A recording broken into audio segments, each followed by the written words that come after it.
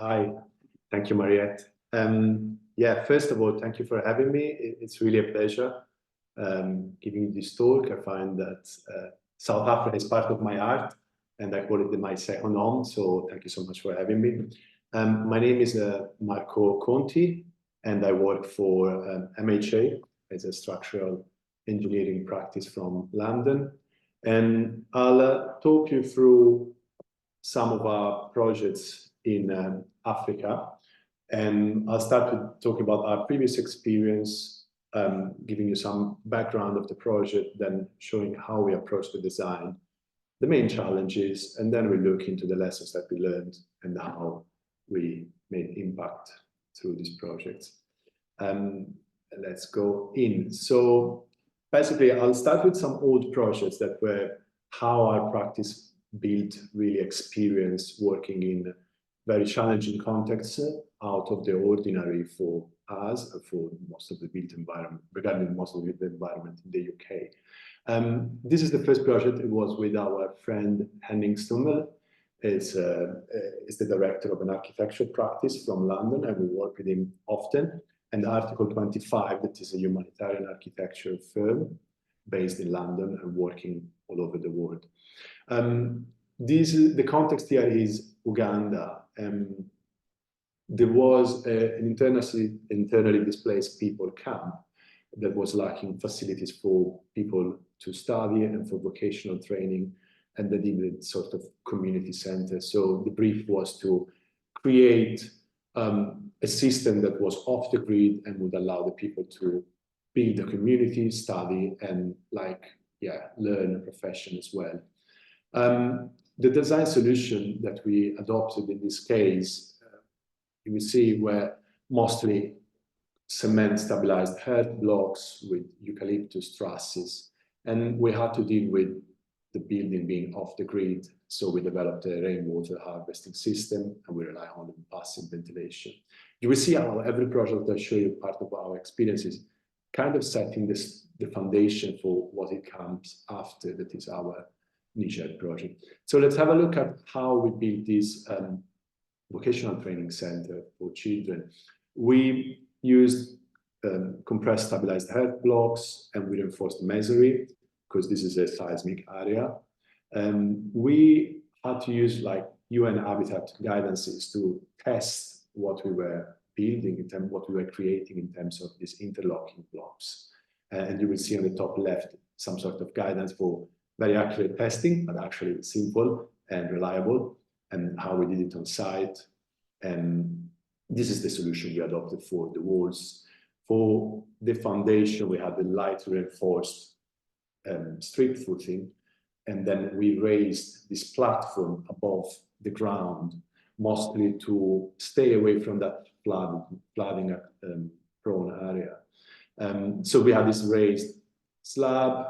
You see these beautiful blocks made of earth, and we created this ventilated roof with eucalyptus trusses that were lightweight and quite pleasing, and we used corrugated metal roof. This is the plan of the center. It's quite simple, but it gives this sense of aggregation with that internal space, and then there is an underground tank for water storage. And it's you see it was used by many students, and during construction there were many challenges, mostly to deal with the distance, but they were let's say resolved thanks to our site team that was absolutely fundamental. I'll pass to the next project that is kind of getting closer to what we designed later. Now, completely different context. This is Burkina Faso, so it's at the edge of the Sahelian area. And the brief here was slightly different. There was already a school, secondary and primary school. They wanted to extend it and improve the school attendance. That was quite a big issue, especially between female students. And also create a sort of community center for the whole town of Gursi to socialize. The challenges were like the brutal heat and the sandstorm in this area. So we focus on thermal performance.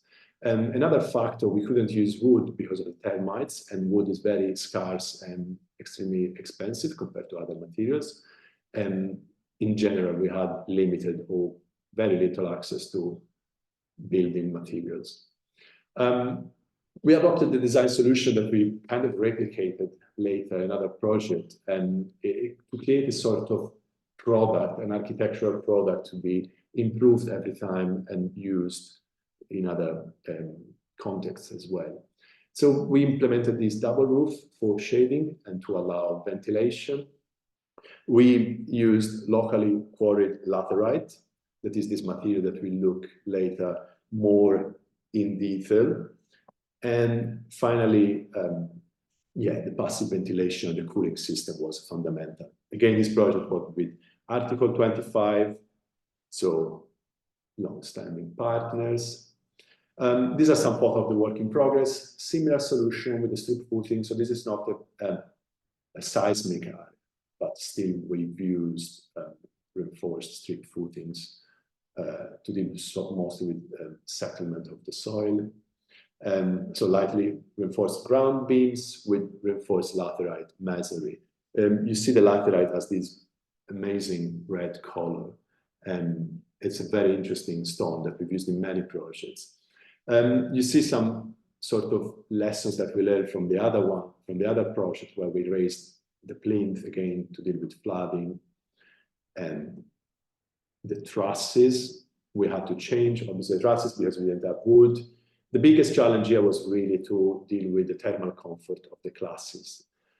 So we developed the different solutions to limit the heat inside, so the absorption of heat. So we had a double roof to create a shadow, and then we create a massive ceiling. So we kind of have a grillage of reinforced bars, and then we apply a sort of sand cement over to provide thermal mass. This on the left is a sketch that we prepared to start a different solution. On the right, you can see some features of the building with the ring beam that is providing like lateral stability or helping while connecting all the columns, and these reinforced laterite piers. Again, one of the main features is the use of this fly roof. It's quite a lightweight structure that is providing this second skin to protect from direct sun exposure, and the corrugated metal roof. We basically had to work a lot with what we found because we couldn't order certain profiles. We had certain angle sections, so we had to use those. So it's kind of continuous work in progress, adapting to what you find and what's the current supply. Okay, so basically with this, we built up to the point where we are now, and is the Niger project. So Niger is a country nearby Burkina Faso. It's a big country split across the southern end of the Sahara and the beginning of the Sahel. And this region is characterized really by this contrast. And Sahel means in Arabic, the shore. And this kind of the end of the Sahara where it's giving way to the, well, to the more tropical part in the south and the Atlantic Ocean. Niger has always been in like a sort of a crossway between different caravan routes to go to the northern of Africa. And it's a lot of different ethnicities, mostly Hausa, Fulani, Tuareg, or Jerma. And each of them has a very specific vernacular architecture that we kind of studied to understand the context. Some facts on Niger that are interesting for our project. There is, at least in 2018, now the highest ratio of live births per woman in the world, a very low HDI, and a booming population. So this means like a lot of pressure on the education health system, and that's exactly where we went to work. Now, again, while getting to know a new country and designing a new building, you have to understand the context, because a building must be site-specific. So we studied the typical vernacular architecture example. These are made with earth, and on the left you see like rural buildings and granaries. I love the fact that you can lift the roof. I think it's a very clever engineering solution. And then this religious architecture, this especially is the DNA mosque in Mali, nearby country, wonderful, made with earth. And it's kind of a sense of, I think architecture really binds communities in this case, because there is a sort of rite every year where you have to sort of redo the plaster work, because every year you have to do is earth and lime. On the right, it's Agadez, that is a town in Niger at the northeastern end, and it's kind of again the crossway for the caravans that were crossing the Sahara. So this is a bit the context of architecture for what it regards Niger, but mostly specific to, I think, the Jerma and the Hausa ethnicities. Another big and very interesting type of architecture is the Tuareg architecture. So Tuareg are a nomadic tribe, mostly settled, well, not settled, but in the north of the country. And so their architecture kind of reflects their lifestyle. On the top left is a granary that is exactly the same, basically similar in shape, at least the one we previously seen, but this time is made with very lightweight material, probably because it could be rebuilt, moved away. And same, these are some sort of accommodations.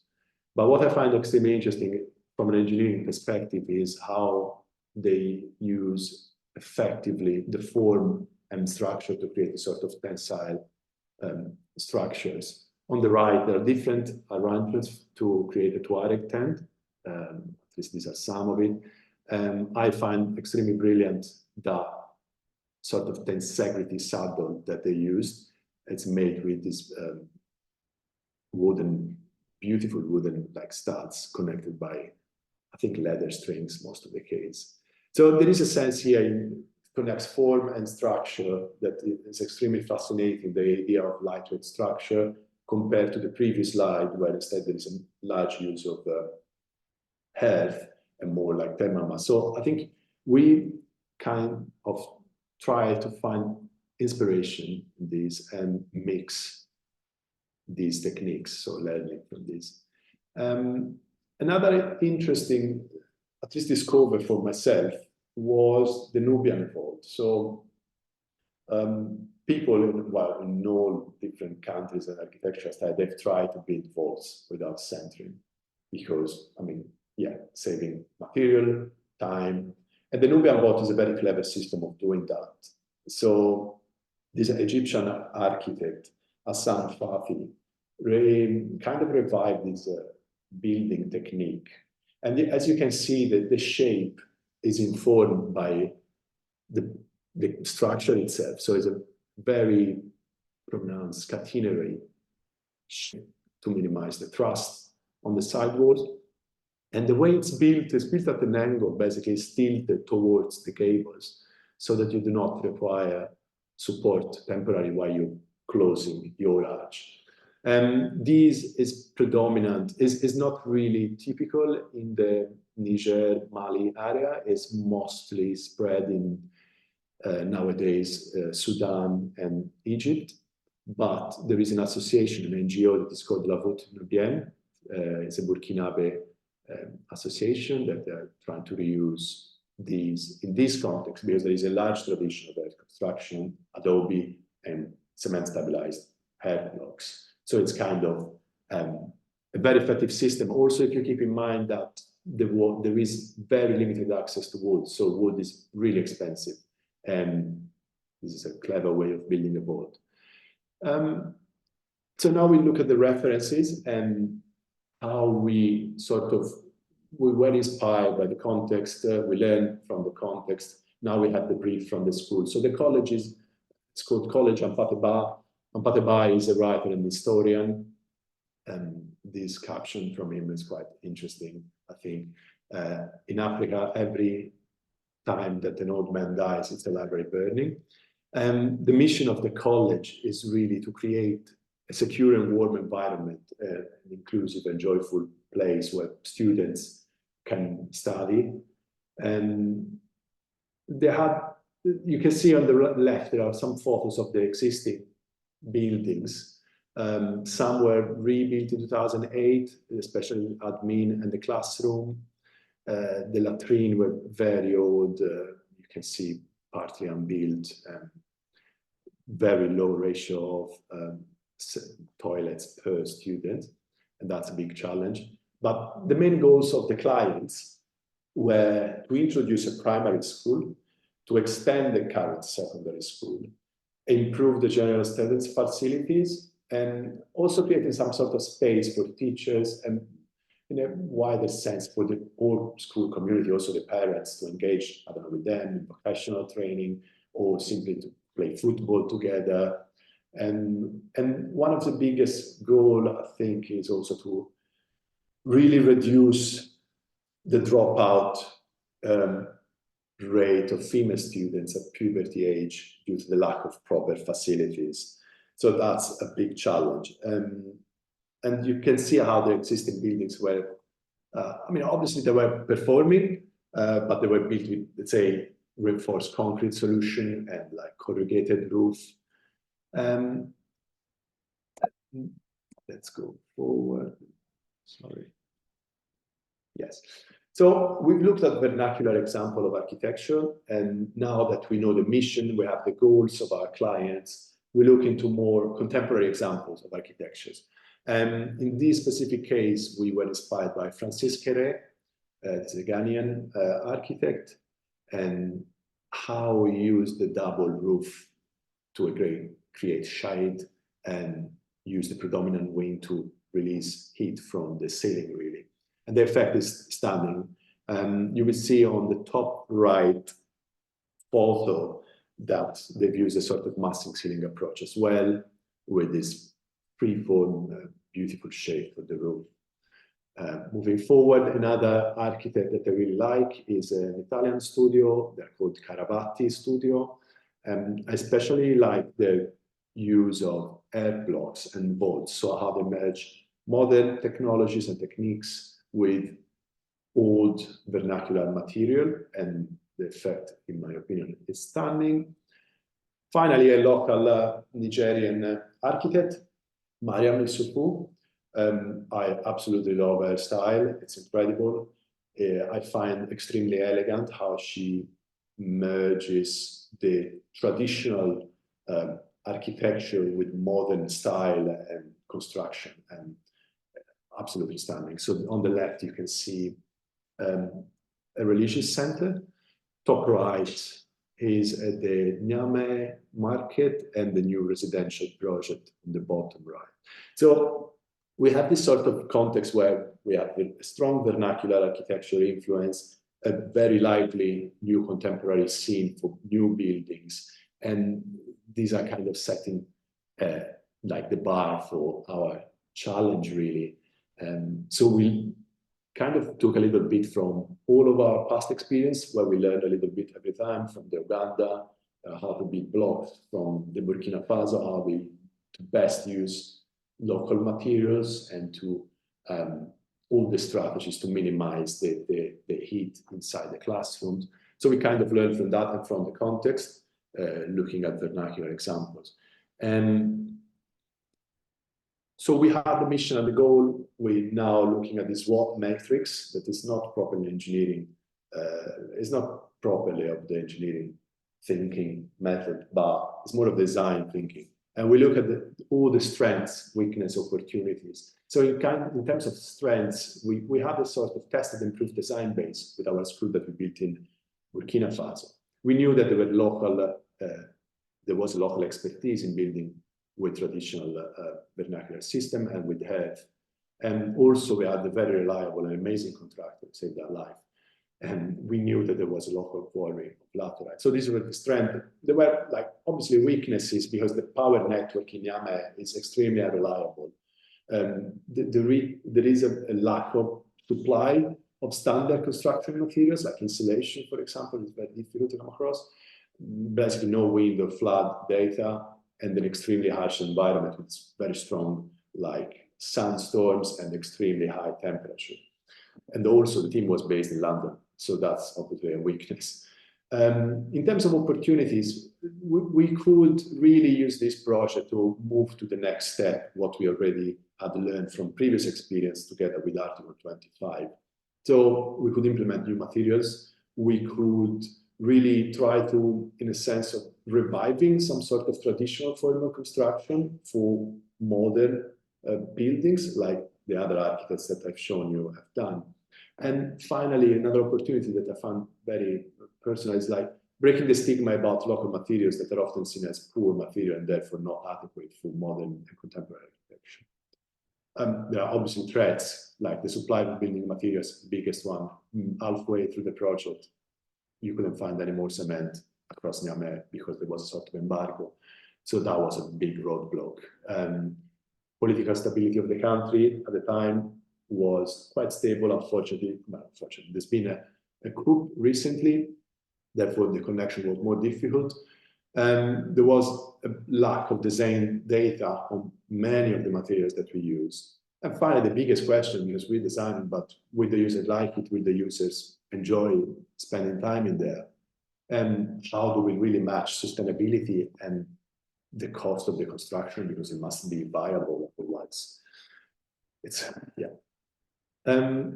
So we set sort of the targets with the SWOT matrix. Now we invert this matrix, not in an algebraic sense of it, but we look at actions, how to move on from these goals. And looking at strengths and opportunities together, we saw that an experienced contractor could allow us to raise the bar of the project complexity, therefore expanding from the past experience. And also the local masons that are very expert in working with earth blocks and the laterite could be very helpful, especially because these materials are relatively cheap and sourced 9 kilometers outside of the town, so also sustainable. And then we were really fascinated by the laterite that we've used already in Burkina Faso, but we want to use it to a larger extent here. There were threats that we could overcome with strength. So a cheaper and local material means that more surface can be built with the same budget. That's great because we have to expand the school. We have an expert side team that we kind of imported in a way from the Burkina Faso project.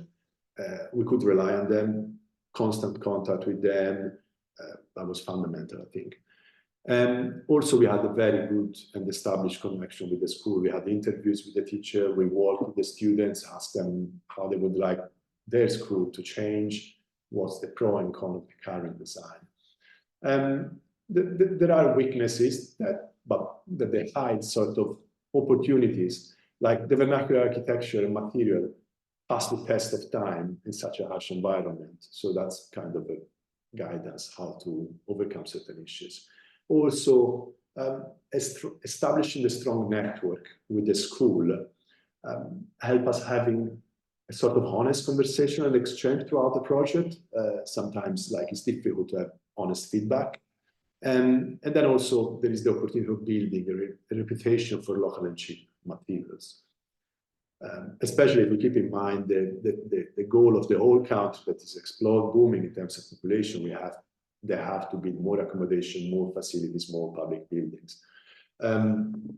Weaknesses and threats, how we deal with this, like maximizing the use of materials that are sourced locally and vernacular and traditional techniques can help to minimize the reliance on the unstable supply. And that was like such an important factor. We would have been absolutely condemned halfway the project if we didn't consider this factor. Also, we don't know anything about, we don't have any data on materials. We don't know, we have very limited data on wind, flooding, how does the current network works in terms of power or like just drainage. So we had to test pretty much everything from scratch, go back to first principle. That is obviously very exciting, but at the same time, it's a big challenge.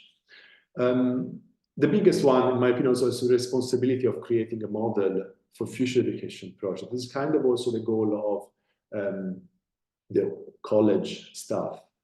And that's sort of product that we can improve and adapt every time to different contexts that can be built reasonably quickly way and at a low cost using local materials. So we're giving back to the community in terms of money as well. So this is kind of setting all the actions. Now we move to the actual engineering challenge that we had to face while we were designing the building. First of all, the soil. As you can see from these images, the soil is mostly very, very loose sand, like kind of desertic sand for the first 30, 40 centimeters. Then it starts to compact, as you can see in the central photo, because you have a higher content of silt and clay going down. And in the last photo on the right, I mean, it's not great in terms of temporary works. I was horrified when I saw that, but you can see how the soil is changing from the top half meter, where it's very loose, going down. At the very bottom of the excavation, you can see roughly how that's becoming lateritic rock. So we did some CPT testing on site and granulometry testing to understand the soil property. And what we understood that basically this loose sand start to become more compact at 0.6, 0.7 meters. So that's kind of the minimum depth for our formation level that we set at 1 meter. That's to deal with settlement of the whole building on this loose soil. We'll see how it's interacting with rain. The ultimate bearing strength was quite high, was 300 kilopascal, and we consider allowed bearing strength of 116 kilopascal, adopting like a safety factor of 2.5. So the soil wasn't that bad for the type of construction that we were doing. The other issue with foundations is really how to deal with flooding and storm drainage. So on the left, you can see what's happening every year when basically it's raining. So just to give you an idea, Niamey experienced the same amount of rain of London, but is condensed in a month. So we have really extreme events. They flood the entire site, and the sand settled like if we were on the beach. So it settled, creates these sort of channels throughout the site. The current network to discharge the storm is not great. You can see the third photo. It's showing sort of drainage channel outside the school that is meant to collect water and run, take away the water. There is a big market in the area, and there is a lack of facilities to dispose of rubbish. So most of the rubbish ends up in the sewage system that obviously clogs and cannot discharge water. So on the right, you can see pretty much the same place. What happens when it's raining is like literally a river. So how do we deal with this? We provided independent soakaway system for each new build so that the water could be collected and discharged in the ground rather than allowing it to fall down and create these channels. We had the main new sewage system throughout the site so that water can go into this concrete channel and get away rather than basically erode the soil. And we deepened the foundation low enough to find good soil. We reinforced them to deal with differential settlement. And you can see probably on the top left, you see a darker line. That's indicating the flood line while we were during construction. And so we raised the plinth, we raised this base high enough so to overcome, to get away from the flooding area. And finally, we blocked that front channel. So we cleared the channel, the drainage, even if it wasn't part of the project, we did it because it would have had consequences on our side. We blocked the channel so that people could not accidentally throw rubbish in the channel and clog it, so it could discharge water, at least for that part. The other challenge is materials. Again, there is not a reliable source of materials, so we had to, well, we had the privilege of working with local materials, especially laterite. Top left, you can see the map. And The RN red orange is the pretty much where you can find lateritic soil. So laterite is from lateritic soil. So lateritic soil is spread throughout the tropical area. And if you go outside of the city of Niamey, if you look at the bottom left photo, that's what you find. You find this formation of large lateritic boulders and a base of very loose sand. The more you go north towards Agadez, the more you find sand and rocks as part of the environment of the Sahara landscape, let's say. So lateralization, so laterite is not properly a rock, but it's more a process that creates a rock. So whenever you have some sort of topsoil and the lower strata full of mix of silt and sand and recurrent rains, the rain, while it's flowing down in the ground, is washing away some components and leaving only the metal components. So that's why the laterite gets this very beautiful red oxide color, because that's pretty much what's been left with. So this process creates this bedrock below the topsoil, and it is quarried, well, by hand, in our case at least, and you can see how they extract blocks. Blocks can be cut in different shape and forms. We've used, obviously it's quarried by hand, so you have to be able to extract it. So it must be large, cannot be too little. So it's 300 by 150 by 200 deep.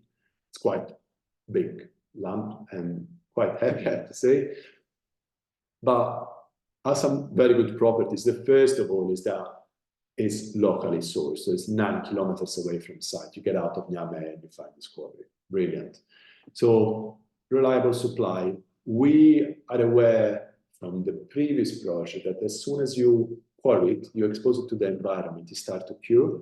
And in the curing process, it acquires better properties in terms of mechanical properties and also durability properties. So you see a graph. We carried some tests for like pretty much 6 months, and unfortunately they lost the samples, but that's another story. And you see how the compressive strength has increased by 41% in 6 months, and the density stayed basically pretty much constant. It went down from roughly 17 kilonewton cubic meter to 16, so it's quite a heavy block. And lastly, you can see in the top picture, there is on the left laterite that we quarried from Niamey. On the right, there is a laterite for Matiakoli that is in Burkina Faso, and is the laterite we use for the other project. So laterite is not a rock, it's a process that creates a sort of soil category. So it's extremely variable, and the characteristic of these blocks are extremely variable. So you can see in blue our laterite, and in red the Burkina Faso laterite that we used for the previous project. We didn't have reliable data for the next 6 months, so we only showed the first month. So you can kind of see that it is shifting. So there is sort of trend in the behavior that is like improving characteristic, but the variability is quite large, from 1 kilonewton square meter to 0.8. It's quite a difficult. Sorry, it's Newton square millimeters, not kilonewton square meter. So what we get from the test, characteristic compressive strength is 1.07 megapascal at 180 days. That with an M4 mortar, you get an equivalent 0.59 megapascal for the masonry. And if we compare this with the weakest blockwork, at least the weakest blockwork that we have in the UK for structural purposes is what they call the 7 Newton blockwork masonry. That's achieving on average 2 megapascal. So the masonry as a system is not super strong, at least the one that we had used here, but it can be used for structural purposes. And the way we've used it is, first of all, we didn't have reliable data at the beginning of the project, so we had to kind of use different material below ground, below the sea level, so that we were sure about durability. So we used blockwork below the raised slab and laterite above the slab. And again, I mean, it's a work in progress. So at the beginning, we didn't know the quality, the characteristics of the laterite. So we adopted the sort of hybrid system with reinforced masonry to deal mostly with lateral stability.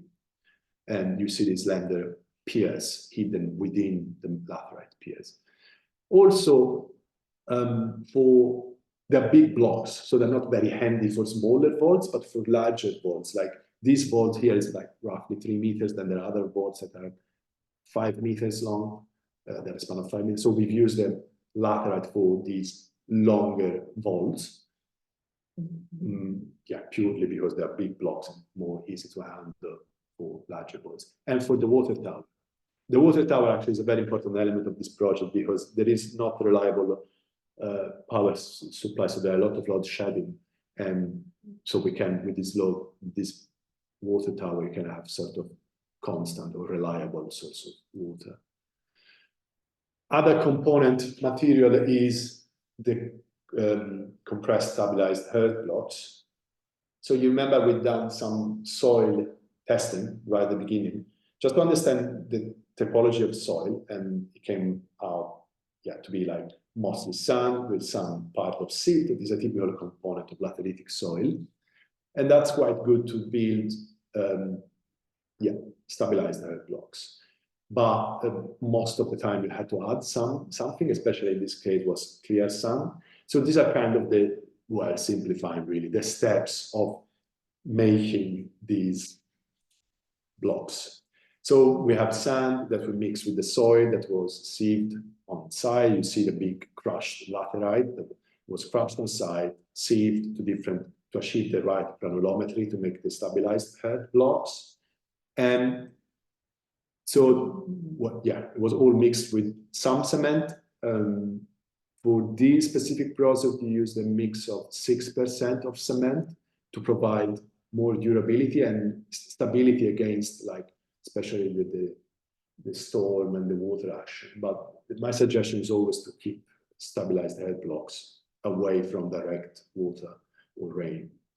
So we use this press on site, and thanks to a local mason that was experienced with that, he dealt with the mixed design. We formed these blocks and we let them cure in a sheltered place for a month. You see these blocks are like quite solid after a few days. On bottom left, you see one of the blocks come in different shapes, that thinner, like 45. The one that we used were like 45 thick, and 215 by 105, the dimension standard, UK brick dimension. Again, for the mortar mix, we didn't have a reliable source of lime to make a lime mortar, so we used sort of cement mortar with 5% of cement to go with the CACB. Testing, again, we had found like a good studio for a good company that could test the materials, so we've used them. And the results were better than laterite, not difficult to be honest. We obtained like a final 1.2 megapascal of resistance, and the design resistance of masonry is 0.4, again, much lower than a traditional block work. So where did we use this? Was for prototyping. So most of the workers, apart from few expert masons, weren't exactly expert in building vaults. Most of the construction are made with RC, so they are like frames, mostly like frame inflated with block work. So it was, you can see there were like some walls made with laterite. In this photo, you cannot see the render. There was this vault. So kind of was a training ground for labor to learn how to build these vaults with the CICB. And we widely used stabilized earth blocks to build the classroom vaults. So if you remember from the Burkina Faso project, we had to form this massive ceiling to deal with, to create thermal needs, in fact, and to shelter the inside from the outside. In this case, instead of using a flat ceiling with reinforcement bars, that more expensive, difficult to supply, uglier, we decided to use like vaults made with earth blocks that are more typical. If you remember also the construction of the vaults and the earth blocks, and they can provide that mass. And on top, as we will see later, we created sort of cement sand bedding to increase this mass. So basically, the balls sit on the bottom chord of the trusses, and they span like jack arches, like barrel bolts, and that's how we used stabilized air blocks in this project. Thermal comfort, that's one of the biggest challenge that you face when you work in this context. So you can see like an average graph on the left, average maximum and minimum temperature throughout the year in Yame. You can see that it can get up to brutal temperature, especially in April, May, up to in excess of 40. So we had to deal with passive system, and we decided to create again adopt the same solution of the double roof shading plus thermal mass. And you can see on the right how we used the blocks, and we created sort of cement sand render on top with whitewash to reduce, like to increase the thermal mass. This graph is showing the result. Let's say this was midway through the work. We completed one classroom blocks, put some sensors in one of the classroom, and we start to check what's the temperature. So in green, you can see that's the external temperature peaking to in excess of 36, going down to 17 in the night. And the blue and the black, especially the black, is how the temperature inside the classroom. So it's still quite hot because it's 30 degrees, 31 degrees, the peak, but it's a good result, 5-6 degrees less than outside. Obviously, we can improve on that. That's one of the lessons we learned, but it's still a good goal that we achieved, I think. In general, this is a sketch we prepared to explain the structural philosophy of the building. So we have a corrugated roof sitting on purlins, spanning over these lightweight steel trusses. Then the half blocks, bolts are spanning across the trusses. So this roof system has like cross bracing in the plane of the corrugated sheet and obviously in the lateral surfaces, bringing it down to the sort of ring beam that is distributing the force to the two sides walls that are reinforced with piers to deal with the push and pull. On the right, it's just a simple annotation to show how the system works and what are the forces that you can expect on the foundations, on the plinth that is made with concrete beams and blockwork. So it's kind of an hybrid system. It's a vertically reinforced masonry structure. The laterite resists most of the vertical load. The push and pull is dealt by the RC cords at the ends of the wall, and that worked quite well. Although I have to say the wind is not that strong, but it can get very strong, especially during a sandstorm. This is to show a little bit how this is what we sketch. This is still in the works. So the laterite, see, amazing. You can see this ring beam with the barrel bolts and the trusses on top. So at the end, what did we build and what were the goals, if we remember, and what kind of impact we've created? So I love this photo. This was almost at the end of the project. This is the school community, but also people that didn't belong to the school, but were just there spending time. And there is a big football field, so it's always welcome. So we the goal was to engage with the community, and this created a nice space. You can see the two classroom blocks at the back. The other photo, this photo is the other perspective. You can see same classroom blocks. They managed to extend the school, so they doubled the capacity of the secondary school. So you can partly, we kind of follow the brief. I love this photo. It's if you remember, the mission of Hampate Ba is to create a warm and secure space for students and people to relax and grow their sort of academical skills and learn. And I love this photo because it looks very peaceful reading. Finally, the last, here you can see the braced roof going back down to the ring beam. Another challenge was to improve the overall facilities. So you can see the basketball pitch on the right with some bathroom on the right again, and the admin building, the guardhouse. So overall, the facilities were improved, and that was kind of one of the goals. And the last one, maybe let's look at the lessons that we learn, because I mean, every time we we finish a project, you learn something, you adapt and improve in the next context. So yeah, relying less on important materials, we knew that. Steel trusses are great. We had a little bit of a problem to source the right steel profiles. They were extremely expensive. So maybe next time we might work more with composite beams, maybe laterite and reinforced, so sort of pyramidal beam, but made with bottom and top coats of reinforced concrete.